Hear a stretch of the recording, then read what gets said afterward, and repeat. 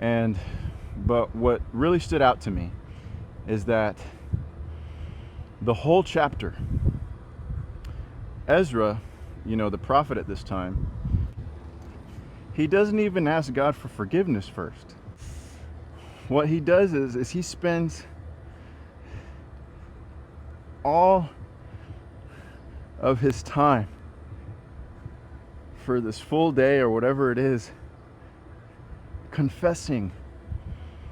He spends the whole time confessing and admitting their sin. He never even hinted at asking God for forgiveness yet.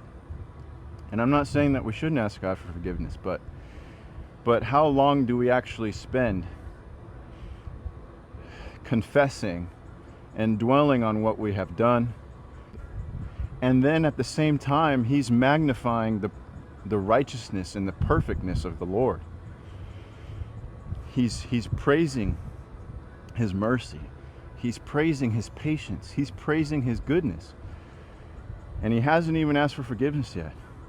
And I think it's beautiful to learn these things, because it kind of gives us a model of how to interact with God, right? Because I think a lot of times people don't know where to start. You might not even know how to pray. You might not know how to communicate with God. And that's why it's so important to read these things, because it literally gives you an outline of how to communicate with God and how to confess. So yeah, he spends all this time just confessing, admitting their wrongs. And then he says, God, your righteousness is so great. You haven't even given us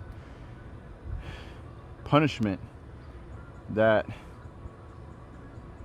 is justified for the sins that we've committed.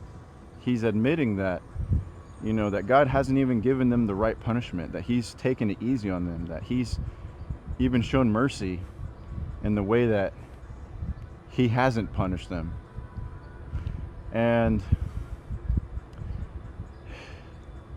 he does all this before asking for forgiveness.